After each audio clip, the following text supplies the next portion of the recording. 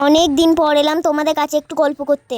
কেমন আছো তোমরা? আশা করি সবাই ভালো আছো। এই দিনটা ছিল চাস্তো দিদির গায়ে হলুদের দিন। আমরা ঠিক করেছিলাম লাল আর হলুদ রঙের শাড়ি পরবো, কিন্তু দুটো শাড়ি আলাদা আলাদা রং হয়ে যাচ্ছে দেখে নানি সারপ্রাইজ দিতে নিয়ে এসেছে আর একটা হলুদ রঙের শাড়ি। দুটো শাড়ি একই রং হয়ে এলো, তাও বুনু ছেলে মানুষই করছে। নানি যেটা নিয়ে এসেছে সেটাই নাকি ওর চোখে বেশি সুন্দর, তাই নানির আনা শাড়িটাই ওকে দিয়ে শান্তি করলাম।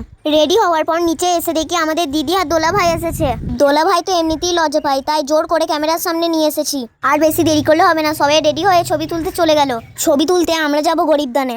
এখানে সব লাইন দিয়ে আরো দিদিরা আছে। এমনিতে অন্য কারোর বিয়ে হলে মা গরিবদানে যেতে দেয় না, কারণ গরিবদানে আছে একটা বড় পুকুর, তাই মা পাঠাতে ভয় পায়। আর যেহেতু আজকে মাও যাচ্ছে সাথে, তাই আর কোনো বাধা নেই। কিছুটা আবার হেঁটে আসতে হলো বলে যে যেখানে পারলো বসে পড়লো।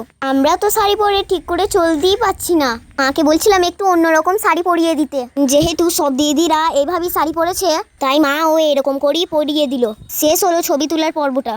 এবার হবে জিন্না দিদির গায়ে হলুদ, তাই আমরা প্যান্ডেলে চলে এসেছি। আর প্যান্ডেলের ভিতরে কি যে গরম কি বলবো, তাই আর নাচানাচি না করে চুপ করে বসে আছি। আমাদের সামনে রাখা আছে খইয়ের ধামাটা, সেখান থেকে একটা একটা খই নিয়ে চুপি চুপি খেয়ে নিচ্ছি। তোমরা মাকে বলো না কিন্তু, চুপি চুপি খেয়ে নিলে মা ভীষণ বকবে।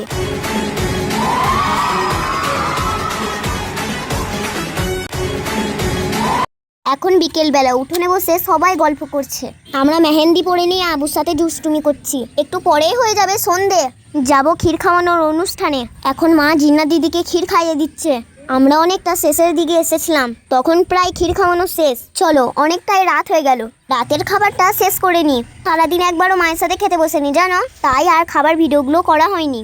তবে সারাদিনের খাবার ছিল দুর্দান্ত। আমাদের মুখে লাইট লাগছে বলে বেটি আমাদের সামনে লাইটটা আড়াল করে দাঁড়িয়ে আছে। এটাই হলো আমাদের বেটি। এই ছোট্ট ছোট্ট কেয়ারগুলোই মনে অনেকটা জায়গা করে নেয়।